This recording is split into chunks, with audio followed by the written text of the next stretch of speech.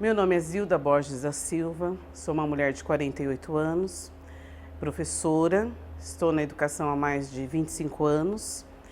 Eu nasci nesse território da Zona Leste, no bairro de Itaquera, na Vila Verde, que fica bem próximo daqui. Eu conheço esse território desde muito menina, estudei na escola Antônio Duarte de Almeida, que fica aqui bem pertinho do céu. Quando eu era criança, a configuração espacial era bem diferente. Aqui onde tem o céu passava um rio e tinha um morro, então a gente sempre ia para a escola em grupos. E aí os caminhos de escola eram muito divertidos. A gente corria, brincava, pulava, conversava, brincava de roda no caminho de escola, chegava atrasado na escola, por pouco a gente não perdia a aula. E viver coletivamente sempre foi a marca da minha vida. Então, os meus pais são retirantes, nordestinos, o meu pai é alagoano e a minha mãe baiana, e eles vieram para São Paulo em busca de uma vida melhor. Eles foram os primeiros, né? E aos poucos foram vindo os outros parentes. Todos compraram terrenos, né, que foram pagos com muitos pagamentos, né, no processo de desenvolvimento da urbanização dos bairros de São Paulo, na mesma rua. E isso fez com que nós tivéssemos uma criação muito diferente. Nossas mães trabalhavam fora como empregadas domésticas e a minha avó cuidava de todos nós. Então nós éramos em torno de 18 primos, eu tenho 2 irmãos e sou a filha do meio. E a minha avó, ela organizava tudo de uma forma que a gente se autogestava em casa e ela só ia acompanhando e orientando o que era preciso fazer. Uma mulher muito forte, muito firme, mas ela era muito acolhedora e muito carinhosa. Então ela nos ensinou a viver coletivamente. Cada um se virava do seu jeito, mas a gente sabia que ela sempre estava ali. Então a gente sempre teve muita responsabilidade de um cuidar do outro, de cuidar da casa. Muito cedo nós aprendemos a cozinhar, né, que foi uma das nossas marcas familiares até hoje. Então sempre a gente se juntava para fazer bolo, para fazer panqueca, fazer suco. Que suco naquela época, né? Porque nossa família era muito pobre.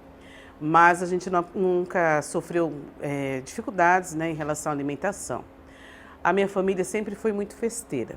Tudo era um motivo para fazer uma festa. Então a gente sempre juntou as panelas e continua juntando até hoje, né? E a gente preparava o almoço do final de semana, fazia a festinha de aniversário com todos e comemorava todos os aniversários possíveis. A minha avó organizava a nossa vida de um jeito que a gente ia para a escola e tinha o tempo de brincar. O tempo de brincar foi uma coisa maravilhosa na minha vida. São as melhores recordações que eu tenho. Então, quando se aproximava o horário das 5 da tarde, era o nosso tempo de brincar. Então, a gente ia para a rua, brincava de queimada, de mãe da rua, mãe da lata, esconde-esconde, de roda. E isso me deixou assim crescer com uma alegria muito grande, e essa dimensão do brincar, ela sempre esteve muito presente na nossa vida. Nós sempre enfrentamos dificuldades financeiras, dificuldades de perdas, mas essa dimensão da alegria, do brincar, da festa, sempre foi uma marca muito, muito presente na nossa vida.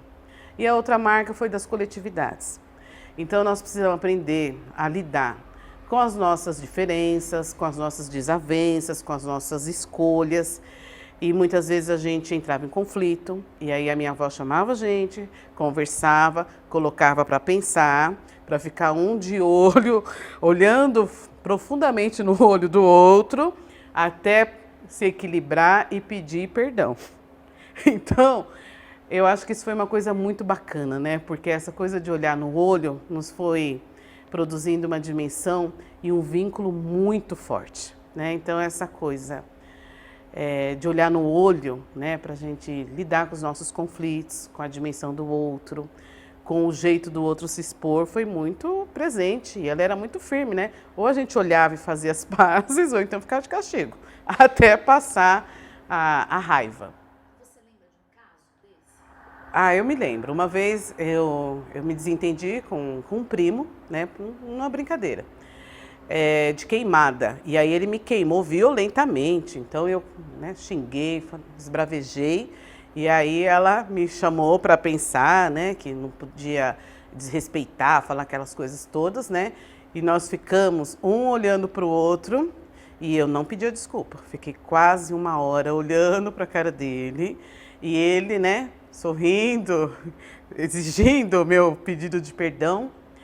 E aí eu tinha muita dificuldade, né, de perdoá-la naquele momento. Aí ela me chamou de lado, me disse que ela precisava fazer aquilo para mim não ficar com aquele ressentimento, porque a gente era família e família tinha que se respeitar, se entender. E o quanto eu pudesse lidar com aquela situação seria melhor para mim.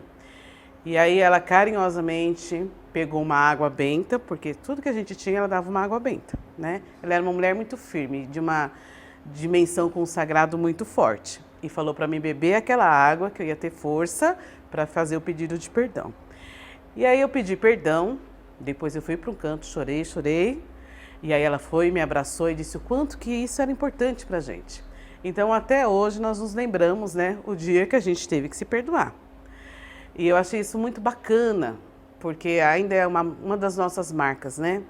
As famílias hoje, elas enfrentam muitos conflitos. Nós enfrentamos, mas a gente tem o nosso jeito de se resolver. Na hora que nós passamos pelas nossas dificuldades, todo mundo se junta, todo mundo se apoia, todo mundo se reúne e a gente consegue lidar com essas diferenças. Estamos conseguindo ensinar para os nossos filhos que a gente precisa lidar com as diferenças e aprender a conversar, aprender a entender, enfim. Na escola eu sempre fui muito danada, então essa foi uma marca, né? Eu tenho um registro para dizer que eu me lembro assim, na sexta série, eu tinha uma professora muito brava de educação moral e cívica. Então essa professora, ela tinha uma postura muito autoritária. E aí as nossas atividades era só ficar reescrevendo as atividades, respondendo o questionário, né? E essa professora usava um óculos escuro, eu tinha uns 12 anos, enorme, e a gente só ficava naquela atividade, ninguém podia falar nada na sala, ninguém podia fazer uma brincadeira, a gente não podia sorrir, né?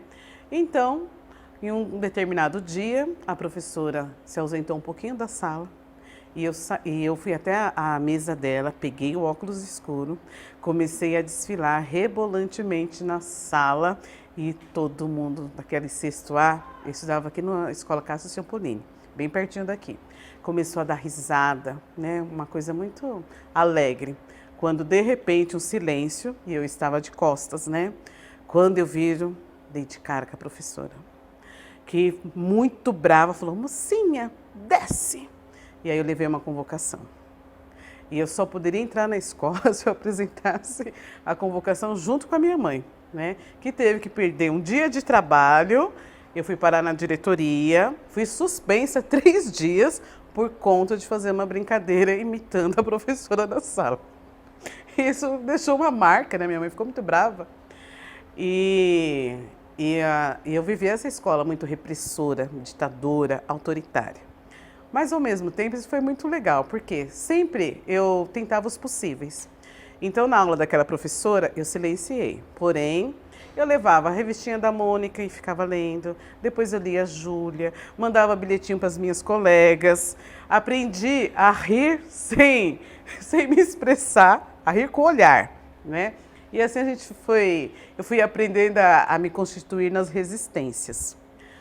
Então, nessa escola autoritária, apesar da gente viver aquele modelo, eu sempre encontrei possíveis. E um dos possíveis era participar de todas as atividades da escola. Então, eu fiz teatro, eu participei de desfile, joguei handebol, enfim, todos os possíveis da escola eu vivi. E foi na escola que eu constituí amizades que eu tenho até hoje. Foi a escola que foi um divisor de águas na minha vida. Então a minha mãe sempre insistiu e investiu muito na nossa formação, né? Ela sempre apoiou muito. E a escola, quando eu finalizei a 8ª série, nós não tínhamos escola de ensino médio. Então, eu comecei a trabalhar devido às dificuldades financeiras com 13 anos. E naquela época eu finalizei a 8ª série e precisei ir para o ensino médio. Então nós tínhamos que sair daqui, pegar a condução, que era bastante caro na época, né? Porque nós vivíamos um período que a inflação era muito alta. Nós da classe trabalhadora, nós pobres, a gente só trabalhava para pagar a condução e para comprar a mistura da nossa marmita. Então eram condições muito difíceis. E pagar a condução para estudar numa escola na Penha era bastante difícil. Então, e estudar de noite também. Então, naquela época, esse bairro era muito violento, né? Como dizia meu pai, matava um hoje e deixava o outro amarrado para outro dia. Então, os conflitos, né, entre os grupos eram muito grandes. E para a gente estudar à noite era muito difícil. Então, algumas primas não fizeram o ensino médio na época, com medo de estudar à noite. Várias colegas não estudaram porque elas tinham medo, né? E eu encarei, eu e mais 2 primas, que a gente ia para a Penha para estudar. E foi um período muito complicado esse para nós, porque a gente trabalhava até às 18, 18h30, saía correndo, não jantava, ia para a escola. O ônibus naquela época, que era o 342N, que ainda circula, ele passava de 1 em 1 hora. E se nós perdêssemos o ônibus das 23h05, a gente só ia pegar meia-noite, quando ele passava. Então, não tinha ainda a inauguração do terminal E. Carvalho, onde tem uma circulação grande de ônibus. Enfim, às vezes a gente chegava 1h da manhã e a gente tinha que descer na Avenida Imperador, que era distante da nossa casa, e às vezes eu tinha um sapatinho de salto, eu tirava e vinha correndo até em casa. E aí, para enfrentar essas dificuldades em relação à violência, a minha mãe juntou um grupo de mulheres e elas iam revezando. Então, 2 iam nos buscar no ponto e nos traziam. E aí na segunda-feira era uma dupla de mães, na terça-feira outra, na outra. E aí alguns pais também começaram a se organizar para a gente poder estudar à noite. Ela trabalhou por um determinado período como empregada doméstica e depois ela foi ser costureira, né? E como costureira, eu me lembro assim que no período das festas, né, de final de ano, a minha mãe se esforçava mais ainda, às vezes trabalhava das 8 da manhã à meia-noite para comprar o maior peru que ela encontrasse no supermercado, que na época era no açougue que a gente comprava. E preparava o peru e chamava a vizinhança toda para comer junto. Ela fazia pão caseiro. Então, todas as crianças da minha rua, os adolescentes, né, ela fazia um pão para cada um. E o nome dela, o apelido dela era Dona Branca. Então, os vizinhos falavam, Dona Branca está fazendo pão hoje. E os meninos já ficavam naquela expectativa, né? E ela chamava um por um e dava o seu pãozinho. Então, era uma alegria. Ela sempre foi muito socialista. E ela sempre foi muito festeira. Então, toda a possibilidade, ela trabalhava mais para conseguir fazer a festa. Porque a festa, para ela, era um momento de resistência também, de encontro, de alegria. E a gente fazia festa junina, fazia festa do Dia das Crianças, fazia a festa de Natal, Dia das Mães, a Páscoa. Então, esse calendário festivo era uma marca da vida dela, mesmo que ela tivesse que se desdobrar mais trabalhando para ajudar a organizar. E ela tinha um pique muito grande, né, de trabalhar e de cantar, e de fazer a festa, e de juntar as pessoas, e de conversar. E ela era uma mulher também tinha uma fé muito grande. Então, ela sempre teve boas amizades, ela era uma mulher filósofa, ela pensava a condição humana, ela conversava com as mulheres, ela dava força, ela juntava mulheres no finalzinho da tarde no portão, enquanto a gente brincava, ela conversava com as vizinhas mais próximas, né? E ela foi uma mulher que marcou muito a minha vida, com a alegria dela e com aquele jeito tão intenso de ver e a beleza que ela via nas pessoas. Isso foi muito bacana. Minha mãe adoeceu, teve um problema crônico, renal e faleceu. E a luta se intensificou, né, pra gente, para cuidar da casa, se unir mais ainda. Meu pai sempre foi um homem muito trabalhador, né, um homem muito esforçado, muito preocupado com a família. E ficou num processo muito emocionalmente muito abalado, e nós também, e a gente tinha que juntar forças não sei de onde. E a gente teve muito amparo dos nossos vizinhos, da família, das minhas tias, né, das minhas tias mães, que assumiram esse lugar, de uma vizinha que chamava Dona Joaquina, que foi uma mãe, foi tudo nesse momento. E continuamos estudando, né? E aí o meu pai, que era pedreiro, ele tinha que deitar umas 8 horas da manhã, acordar por volta da levantar por volta da meia-noite e buscar a gente no ponto de ônibus, né? E depois acordar 4 horas da manhã. Então, para a gente estudar foi um sacrifício muito grande. E às vezes, quando ele estava muito esgotado, ele revezava com o meu irmão mais velho, que também contribuiu muito para a gente continuar estudando. E aí nós conseguimos finalizar o ensino médio, eu prestei vestibular, passei, e as dificuldades para pagar a faculdade, que eram muitas, né? Então, quando nós fomos para a universidade, eu fui uma das primeiras, eu e uma prima. E aí a nossa vida, as dificuldades, os desafios se intensificaram, né? Porque para estudar, trabalhar ao mesmo tempo, ajudar em casa, né?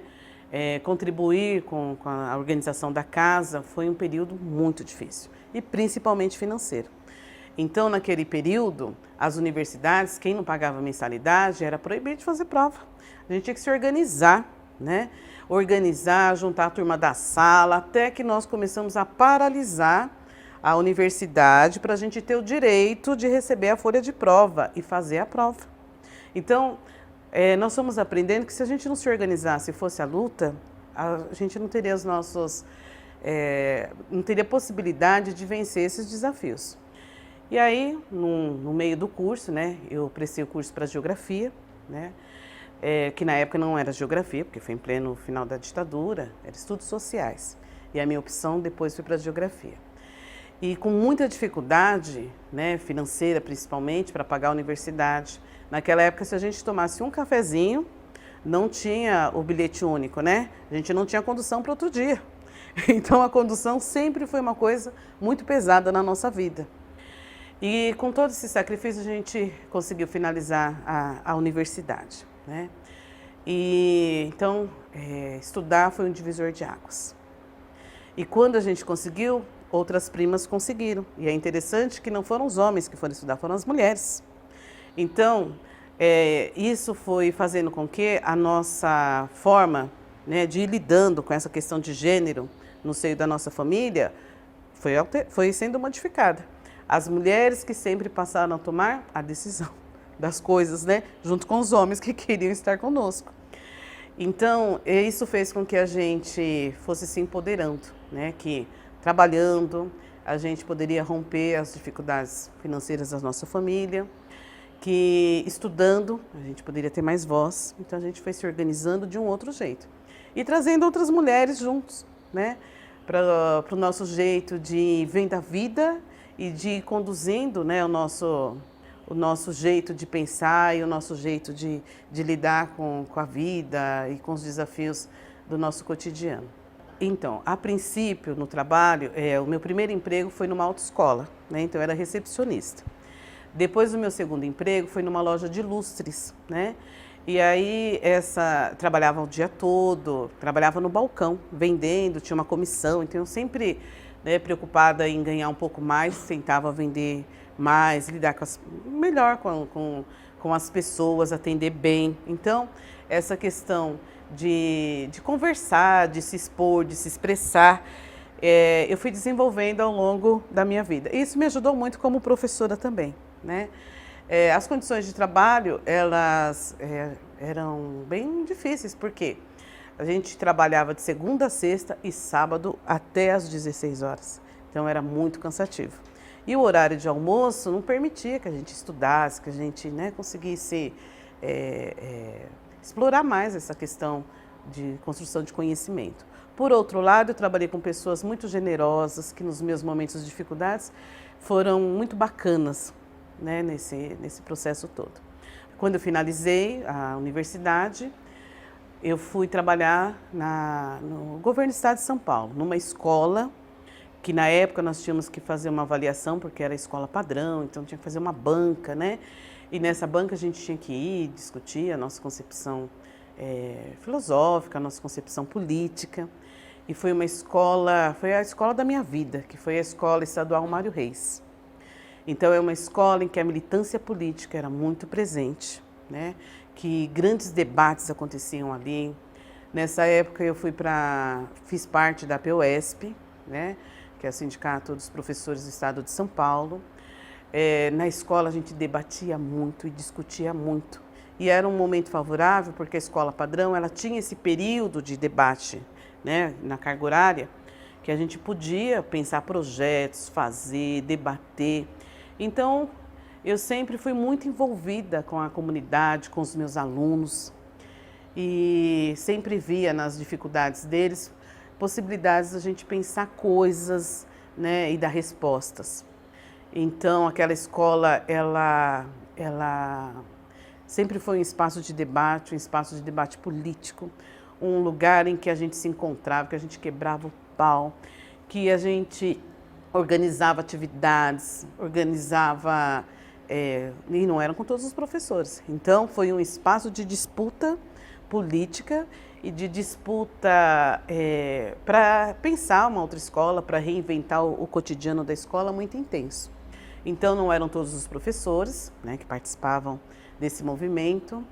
Eu sempre tive o apoio da diretora, que é a Abigail Malavasi, que sempre foi uma companheira de luta, uma mulher muito forte, muito sonhadora, guerreira, e ela acreditava muito na possibilidade da gente construir uma escola progressista, uma escola acolhedora, uma escola que as crianças pudessem ser felizes, uma escola possível de encontros, de diálogos, e ela sempre acreditou nessa dimensão do coletivo.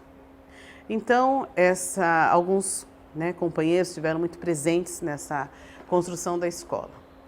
E nós sempre fomos à contramão, né, do discurso dominante, do discurso pedagógico do governo do estado de São Paulo, né, e enfrentamos. Eu sempre participei de todas as greves que ocorreram durante esse meu tempo de estado. Fiquei 14 anos nessa escola, junto com um grupo, né, e depois esse grupo foi fazendo outras escolhas na vida, foram prestando concurso, né, indo para a gestão dessa escola. Muitos professores foram fazer mestrado, foram fazer doutorado, né? E muitas vezes a gente se sentiu, nesse enfrentamento do cotidiano da escola, desafiada a pensar coisas diferentes. E em alguns momentos também a gente esmureceu, né? Cansou, pensou que a escola não estava dando mais possíveis. E aí, num desses momentos, eu fui participar de um grupo na Unicamp, que chama GPEC, que discute a escola pública, junto com a Abigail, e aí entrei no mestrado. E isso foi muito importante, né? Porque a gente passou a pensar a vivência da escola, a teorizar sobre a nossa própria prática, a pensar outra epistemologia do cotidiano escolar. E aí o meu objeto de pesquisa foi pensar a questão da negociação de destinos da escola pública, né? Como é ser professor de uma escola da periferia no enfrentamento, né, desse projeto neoliberal. E eu fui pesquisar as histórias de vida dos meus alunos. Então foi um trabalho bonito, emocionante, um trabalho que foi um resgate da minha memória profissional e da memória dos meus alunos, né, e das memórias das minhas companheiras e companheiros da escola pública. Foi um trabalho sofrido, porque quando a gente lida com as memórias, né, a gente lida a partir de um campo daquilo que é o vivido, né, e das entrevistas que são produzidas como discurso interior, mas que elas são produzidas em relações de confiança, de cumplicidade, né, de aproximação, de vivência. Então, viver as relações da escola foi algo muito presente na minha vida. Eu sempre me envolvi muito com os meus alunos, com a escuta das dificuldades deles, né? Com essa dimensão da juventude. E foi uma escola que me ensinou a pensar, né, essa condição da cultura juvenil no espaço escolar. E aí uma das histórias assim que foi o foco, né? Então eu trabalhei com a ideia de vários cenários e de várias cenas dentro desse espaço cotidiano da escola, e não é qualquer escola, de uma escola da periferia do bairro da Parada 15 de Novembro, né? Então, eu me lembro de uma das meninas que ela namorava um rapaz e ele teve um acidente de moto, né? E ele acabou falecendo. Então, por vários dias ela ia para a escola e ela não queria assistir aula. Ela sentava e chorava, porque era no espaço da escola que ela tinha para viver essa dor. Então, eu ia lá, conversava com ela, tentava ajudá-la a falar sobre a dimensão dessa dor, sobre o que ela estava sofrendo. E esse processo de luto, a diretora da escola também, e esse processo de luto foi muito sofrido e durou um determinado tempo, né? E aí a gente foi convencendo ela que ela precisava retomar a vida, que ela precisava assistir aula, né? Nesse interim, ela teve vários enfrentamentos domésticos, a mãe não entendia aquela dor. E aos poucos, né, ela foi conseguindo se recuperar, enfrentar aquela situação. E na entrevista, quando eu perguntei para ela, né, o que foi importante na sua vida na escola, ela disse que a escola foi o refúgio quando a vida disse não. Uma outra situação forte para mim foi uma vivência que eu tive com um menino negro, né, que ele estava atendendo os chamados da rua, se envolvendo com os governos paralelos, com o crime. E aí ele estava naquela dimensão que ele não tinha mais condições, né, de pensar o seu processo na escola, porque o chamamento da rua era muito forte. Então, eu sempre tentava aconselhar, me aproximar. E um determinado dia, em pleno horário de entrada da escola, às 13h30, ele entrou, né, e nesse período ele já era usuário de droga. E aí a primeira pessoa que ele encontrou fui eu. E ele não tinha condições de estar na escola naquele dia. Aí eu me aproximei, né, para conversar. Ele me xingou de todos os palavrões possíveis e imagináveis, né, publicamente. Aí eu respirei fundo e ele acabou não ficando na escola porque ele não tinha condições naquele momento, né, estava muito agressivo. E fui, dei aula e ficou aquele murmúrio na escola toda, né? Ele ofendeu a professora, ele xingou, ele fez, ele aconteceu, mas isso não me abalou tanto. Eu esperei passar 2 dias, né? E aí ele foi em um estado mais tranquilo para a escola. E eu chamei ele para fazer uma conversa, né? Na sala da direção, num aconselhamento, como é que ele estava pensando a vida dele, o que era aquele momento na vida. E nessa conversa, ele me disse que eu era uma babaca, me xingou de todos os palavrões possíveis e imagináveis. Disse que nada daquilo fazia diferença para ele, que ele não queria aquele caminho, que o que ele queria era a rua. Ele queria roubar, matar e acabar com quem estivesse no caminho dele. E aquilo me provocou uma dor tão grande e um sofrimento tão grande que eu quase deixei de ser professora. Então, eu não consegui ir para a escola no outro dia, achando que os sentidos da escola tinham sido fechados ali. E eu já estava muito doída, porque um mês antes, um aluno evangélico, que estava na mesma turma desse rapaz, não aguentou a pressão, né, do envolvimento com a droga e ele tinha se enforcado, com uma cordinha de varal pendurada numa lateral de um guarda-roupa.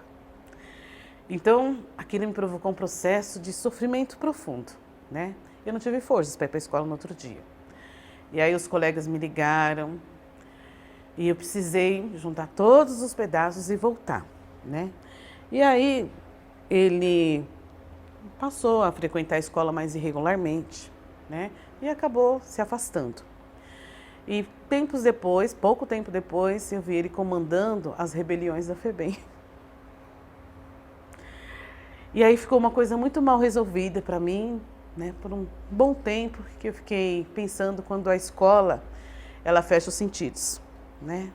Bom, isso me provocou bastante sofrimento, mas ao mesmo tempo, eu passei a intensificar mais ainda os projetos e pensar que se aquela condição me levou àquele processo, e aquela opção que ele tinha naquele momento de escolha levou ele a esse processo, tinham muitos outros que estavam numa outra dimensão.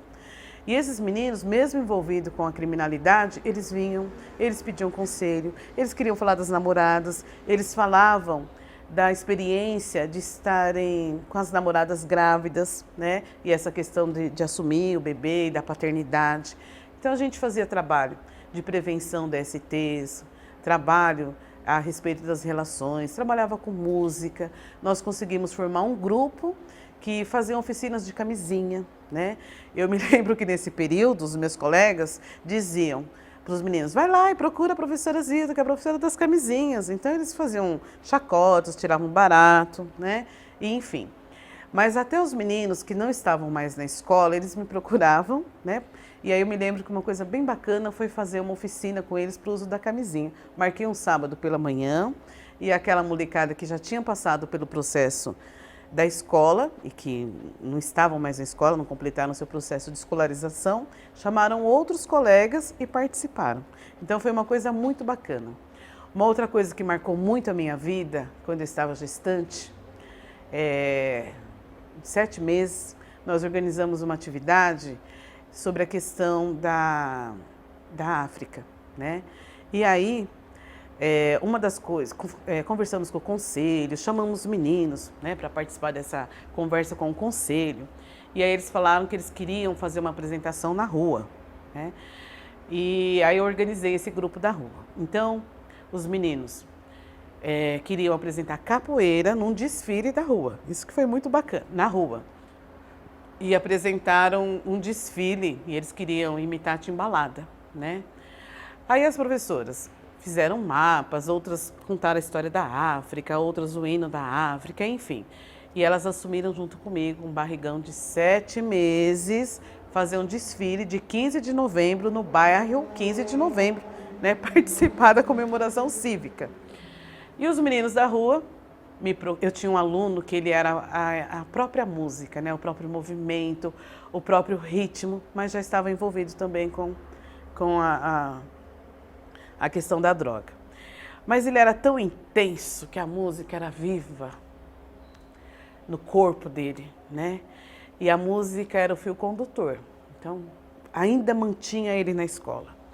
E aí, o Mariano chamou toda essa moçada da rua, que eram uns 40 na época, para fazer o desfile e organizá-los, né? E ele me pediu para arrumar os instrumentos, para consertar os instrumentos da escola, e a gente não tinha dinheiro. Então, isso quer dizer que a gente tinha que, né, se desdobrar e fazer muitos movimentos para conseguir organizar essa molecada. E as minhas colegas ficaram muito bravas, porque a gente tinha uma sala, que era uma sala de eventos, né? E eu assumi ensaiar esses meninos em pleno horário de aula, né? E aí eu tinha que pedir para eles diminuírem o som, para eles não se empolgarem tanto. E os meninos iam uma turma de capoeira e uma turma para o ensaio de percussão. Então era um movimento intenso. A pessoa que era responsável por abrir e fechar o portão achava um absurdo aquilo, né? Abre o portão, fecha o portão. E eles não tinham essa disciplina de conseguir ficar esperando o tempo.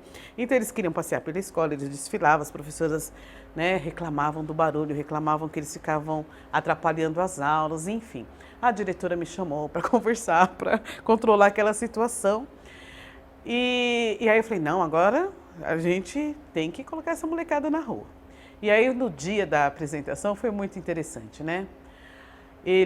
Eu fiquei com esse grupo grande, nós somos 8 horas da manhã, e a nossa escola só conseguiu passar pelo desfile, já era quase 11 horas, meio-dia. E os meninos não chegavam, eu tinha que mandar um ou outro ir buscar na casa, porque eles não acordaram 8 horas da manhã, foram, né, chegando para o ensaio geral, 9, 10. Cada bar que a gente passava, eles queriam dar uma paradinha, e eu tinha que aguardar, buscar água. E aí eu tenho certeza que o que me ajudou muito foi o meu estado de gestação, que aí ao mesmo tempo que eles queriam, né, sair daquela situação, né, da gente esperar as filas, eu ficava, gente, mas vocês precisam colaborar comigo?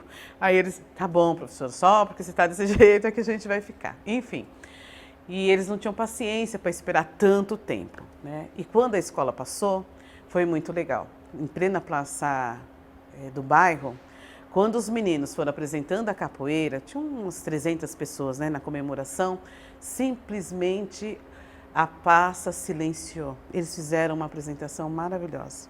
E quando passou o grupo da Timbalada, que eram uns 30 meninos, né, que não estavam mais na escola, só tinha o Mariano, que era esse vínculo entre a escola e os meninos da rua, a comunidade silenciou. Um silêncio respeitoso. E quando nós finalizamos a apresentação, mas eles ficaram tão empolgados, tão felizes, né? E eu cansada, não tinha mais forças, né? O pé inchado, né? E eles me abraçavam e ficou um sentimento assim que eu nunca vou esquecer na minha vida, né? Que é esse sentimento da gente pensar que é a arte, é a cultura, é essa possibilidade de encontro que pode fazer a escola construir um outro jeito de ver a vida, né? E o quanto que esses meninos precisam estar incluídos no nosso projeto de vida, no nosso projeto de escola, enfim. Tem muitas outras histórias que marcaram a minha vida na escola. Mas eu ainda quero voltar para a situação desse menino que fez a opção pelo crime. Ele foi preso, ficou 8 anos, né? E um dia, eu sou coordenadora numa escola da prefeitura, passei pelo corredor, a minha sala era um pouco afastada da sala da diretora para resolver uma situação.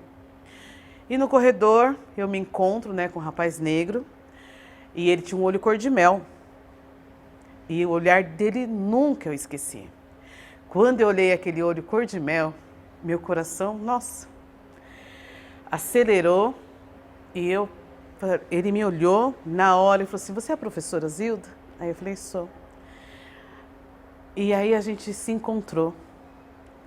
Ele me abraçou de um jeito muito forte. Falou assim, professora, faz tanto tempo que eu penso na senhora, que eu te encontro. E nós nos encontramos no corredor e ele estava implantando um sistema de internet na escola, né? Aí eu chamei ele um pouquinho de lado e ele me disse, professora, eu estou te procurando há tanto tempo. Eu fiquei presa, a senhora sabe que eu errei muito, eu aprontei muito. Aí ele levantou a camisa, me mostrou 2 tiros que ele tinha levado. Mas quando eu fiquei presa, eu só pensava na minha mãe e pensava na senhora. Eu sabia que a senhora sempre pegava no meu pé porque a senhora queria o melhor para mim.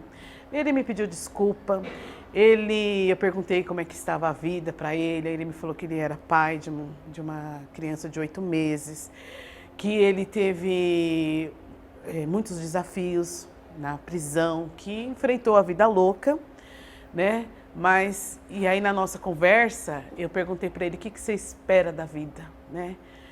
E o que você acha que levou você a viver tudo isso? Aí ele me disse, professora, eu sempre tive sede de liberdade. E isso foi tão forte para mim, o quanto que a vida aprisiona em determinados modelos, em determinados paradigmas, o quanto que o jovem tem a sede de dizer o que eles pensam, de expressar o que eles sentem, de dizer que eles existem, né? Que eles estão ali, que eles querem carinho, que eles querem ser abraçados, que eles querem uma outra condição de vida, né? E o quanto que essa luta pela liberdade sempre esteve presente na minha vida, né? A liberdade de expressão, a liberdade da gente dizer o que a gente é, da gente dizer o que a gente sente, né? E isso foi um presente da vida, ter a possibilidade de encontrar com ele, de saber que ele estava vivo, de saber que a vida possibilita esses encontros, né? E a gente poder dizer, né, o quanto que é importante a gente sentir esse abraço, esse envolvimento, essa forma que a vida tem de nos dizer, olha, vale a pena, vale a pena. E isso me impulsionou a pensar muito mais essas questões da cultura juvenil, a vir fazer esse trabalho aqui na Unicel, a construir essa política, né, de acesso ao ensino superior, porque nós precisamos atender esses meninos. nós precisamos construir uma outra possibilidade desses meninos se apropriarem dos conhecimentos escolares, das suas vivências, da escola ser um lugar de encontros, né, de possibilidade, de alegria, de música, de arte, de contribuir com o entendimento, né, das questões de gênero, do enfrentamento que nós precisamos ter dessas relações na sociedade, romper esses paradigmas, né, do machismo, da violência contra a mulher. Então eu penso que a educação e a escola que possibilita tudo isso, né? Então disputar esse espaço aqui, num lugar como esse, como o CEL, que eu acho um equipamento fantástico, né? Que você reúne EMEI, SEI, a EMF, a biblioteca, os equipamentos, né? Do esporte, e hoje uma universidade que pode contribuir com a formação dos professores, que pode fazer parcerias com universidades que traz temáticas tão interessantes como essa de gênero, de orientação, de diversidade cultural, para a gente pensar todas essas questões. Eu prestei concurso em 2006, eu assumi coordenação pedagógica 2007, assumi coordenação pedagógica na prefeitura, fui trabalhar na cidade de Tiradentes, né? E foi muito tranquilo, porque o pessoal falava, nossa, cidade de Tiradentes é um grande desafio. Para mim foi muito tranquilo, porque eu já tinha uma experiência, né, de vivência em escola, que a gente precisava muito ter uma força a mais e ter projeto, e foi uma vivência muito boa. Fui para a educação infantil como coordenadora, e como coordenadora da educação infantil, fui percebendo que nessa pedagogia da infância, né, faltava o debate sobre a questão de gênero, sobre a questão étnico-racial. Então, as temáticas que eu desenvolvi nos PEAs, um dos PEAs foi sobre a pluralidade cultural, em que a gente discutia a questão de identidade, de autoestima da criança negra, que a gente se repertoriava na literatura infantil negra, né, para a gente fazer as rodas de conversa e as rodas de leitura. Encarei o debate sobre preconceito nessa unidade, encarei o debate sobre a questão do castigo, e eu deixava bem claro, né, que colocar para pensar era uma forma de castigo físico, e aí a gente foi debater Foucault para discutir essa questão da docilidade dos corpos. Foi um momento muito bacana entrar em contato com a pedagogia da infância. Depois eu voltei para a EMF, porque o meu coração eu sei que pulsa muito nesse contato do jovem, do adolescente, né? Foi numa EMF que eu encontrei esse meu ex-aluno. As temáticas da EMF, eu também sempre fui procurando articular, né, dentro de um PEA, o debate sobre a questão de gênero, sobre a questão da gente valorizar a autoestima, valorizar o protagonismo dos meninos na escola, né? Uma coisa que foi muito bacana, nós organizamos saraus. Então, tinham períodos que a gente precisava trabalhar o sábado e organizava o sarau dia de sábado. Organizamos sarau também, que a gente foi se apresentar no CEL, né, trazendo a temática da cultura de não violência e cultura de paz. Nós trabalhamos muito com música com os meninos. E tinha alguns meninos que eles tinham uma questão, né, de enfrentar a normatização da escola de uma forma muito agressiva e muito violenta. Então, nós organizamos um projeto que era de escuta atenta com esses meninos. Então, eles aprontavam, brigavam, né? E eu chamava, respira fundo.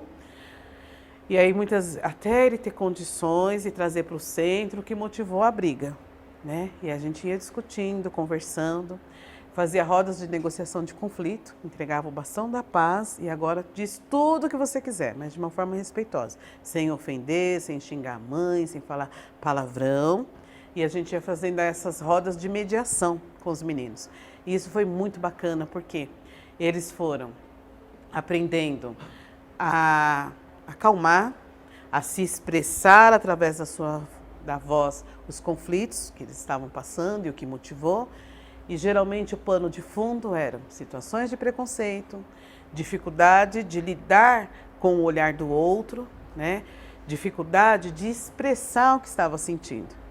E aí eu levava isso como uma pauta formativa. Então nós discutimos com as professoras. Então nós montamos um material sobre a questão da cultura de paz, sobre essa questão das rodas de negociação de conflitos e as cirandas de negociação de conflitos, né? E as professoras foram construindo um outro olhar. E eu tive muita sorte de encontrar pessoas maravilhosas, professoras que elas já vinham pensando sobre essas coisas. Então nós organizamos muitas atividades de leitura, de uma atividade muito bacana que foi, e depois da leitura fazer o quê?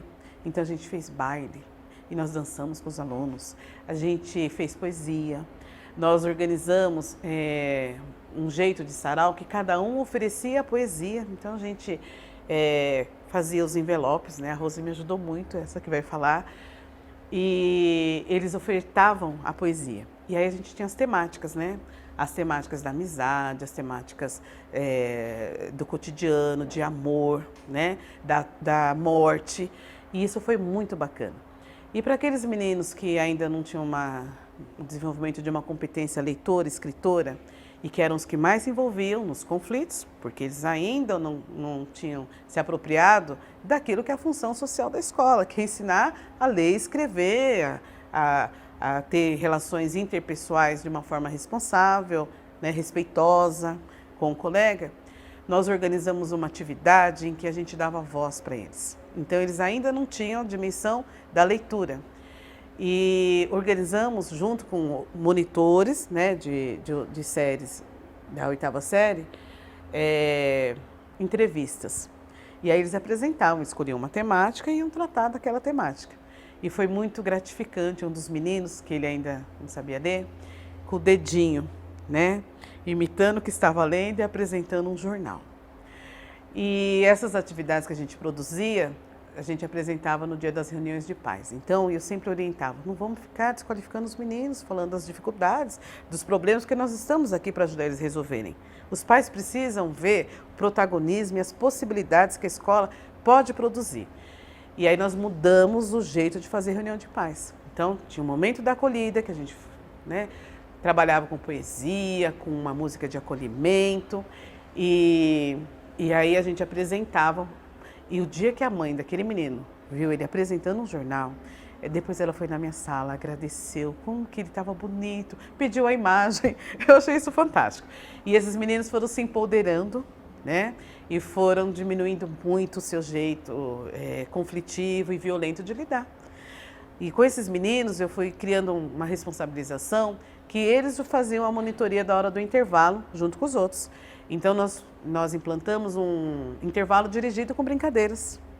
E aí essa dimensão da brincadeira que eu aprendi na educação infantil, nós levamos. Então tinha jogos, corda, e aí eu também saía da minha sala para ir bater corda junto com eles, organizar o intervalo, fazer junto. E aí isso foi muito bacana, que as professoras viam que era uma possibilidade de fazer junto. Porque a gente, né, não é só deixar com esses meninos se organizem. Se a gente não ajudar na organização, eles não vão desenvolvendo essa capacidade de autogestar os processos, né? Então foi uma atividade muito bacana. E como a dimensão da festa sempre esteve muito presente na minha vida, todos os lugares eu sempre levei essa dimensão. Nós organizamos festas para as crianças e isso foi uma coisa muito prazerosa, uma coisa muito feliz. Então, as professoras sempre contribuíram muito, né? Nós fizemos uma festa do Dia das Mães que todos os meninos participavam da produção de cupcake. E aí nós, né, embalamos e eles levaram cupcake para as mães. Nós fizemos uma atividade que todos tiraram uma fotografia e fizeram uma mensagem para o Dia das Mães levando a foto. Isso era muito trabalhoso, quer dizer, horas e horas de trabalho a mais, mas eu sempre tive muito amparo das pessoas que me ajudavam a desenvolver os projetos e que viam possibilidades das coisas serem bem bacanas, né? E aí nós fizemos uma festa e as professoras doaram, né, bolo, e nós produzimos cupcake, né, refrigerantes e tal, e a gente só pedia a colaboração de quem pudesse, né? E as mães colaboraram, as que podiam, e aí a primeira festa, os meninos, né, não conseguiram se organizar de um jeito tão bacana. E as professoras, olha, eu falei, não, isso é só uma questão de aprender a lidar com essa situação. Aí na segunda festa, nós falamos, olha, vamos mudar esse jeito de organizar. Nós vamos servir eles, não vamos fazer sistema self-service. E vamos comprar embalagens de acordo, né? Potinhos, copos descartáveis, enfim. E aí bandeja, e nós fizemos tipo um buffet. Nesse dia foi muito bacana. Eles se organizaram, eles experimentaram todos os sabores e todos os bolos e todos os salgados e viveram uma organização de festa sistema buffet. E ao mesmo tempo nós fizemos o baile, né? Um baile de fantasias, que eu dancei com os mais danadinhos e eles dançavam e foi uma coisa muito bacana. Na nossa terceira festa, eles já tinham condições de autogestar a festa. Então eles ajudaram a servir, a organizar, fizemos um sistema de buffet que eles iam lá e pegavam a bandeja e serviam os colegas, e a gente fez o baile também. E essa dimensão foi muito bacana, né? Então eu acho que essa dimensão da alegria e da festa, ela tem que estar presente, né? A escola, ela precisa ser a epifania da pedagogia. E depois eu fui trabalhar numa universidade, né? E toda essa experiência que eu consegui ao longo da minha carreira, né, nas vivências e mais as leituras teóricas, eu procurei compartilhar com as minhas alunas, né? E foi algo muito bacana. E essa coisa de juntar gente, partilhar e fazer congresso e participar de uma possibilidade de um outro itinerário formativo, eu acho muito bacana. Acho muito legal esse formato do curso de Gênero e Diversidade na Escola, que permite, né, não no sentido de dar a voz, mas contribui para que as pessoas se encontram, que elas troquem olhares sobre educação. São diversas modalidades que estão, né, presentes, que elas tenham voz, né, que elas digam das suas experiências, das suas expectativas, dos seus projetos. E eu acho isso uma possibilidade muito bacana, da gente vivenciar aquilo que a gente acredita. Eu penso que a educação é esse lugar, que a gente pode, a partir do nosso lugar, transformar o mundo, transformar a gente, e a escola possibilita, né? Todos os dias, nós nunca vamos ser os mesmos na escola e nem na educação. E é esse movimento intenso da vida que dá força para a gente viver, e enfrentar as nossas dificuldades, as nossas perdas, e provoca um sentido de que tudo que a gente faz, né, com amor, com comprometimento, com respeito, considerando essa dimensão do outro, vale a pena. Eu acho esse equipamento ser uma coisa fantástica, né? Ele articula possibilidades de encontro, né, da educação infantil, do ensino fundamental, da biblioteca, das atividades culturais, né, que ocorrem em todo o espaço e no teatro. Ele é um equipamento da comunidade. Ele é uma possibilidade da gente articular uma outra concepção de educação, né, no território. Então, o sistema UAB, ele já existe no Brasil, né, há muitos anos. O governo Haddad implantou esse sistema na cidade de São Paulo, da Universidade Aberta do Brasil, né, que é um sistema que engloba várias universidades públicas, né. A universidade, o FABC, ela faz parte, né, concurso de Gênero e Diversidade, concurso de Direitos Humanos, outras universidades também ofertando política de igualdade racial. E aí, isso é muito importante no território, porque quando a gente possibilita essa articulação e esse encontro, né, da universidade com o chão de escola, com os professores da educação básica, né, com a comunidade que pode fazer parte dessa articulação, né, a gente possibilita um outro processo de construção de práticas pedagógicas, né, e uma outra possibilidade da gente pensar a educação. Então, a rede Unicel, ela surge a partir desse nosso olhar sobre a questão do território, né? Então, a partir dessa nossa preocupação em atender uma demanda do território, em expandir essa possibilidade de construção de conhecimento, de articulação com equipamentos, né, educacionais e intersetoriais, nós fomos consolidando e legitimando a ideia da UAB, inclusive na própria Secretaria Municipal de Educação. Então, nós trabalhamos muito para criar uma normatização legal, né, que institui a rede Unicel, para pensar a nossa concepção de educação, que é essa concepção de articular no território, né, possibilidades de acesso ao ensino superior. Então, nós entendemos que quanto mais nós agirmos no território, construir conhecimento local, mais possibilidade nós vamos ter de mudar a vida das pessoas no território. Então, a partir dessa concepção, a rede Unicel, ela acabou se instituindo, né?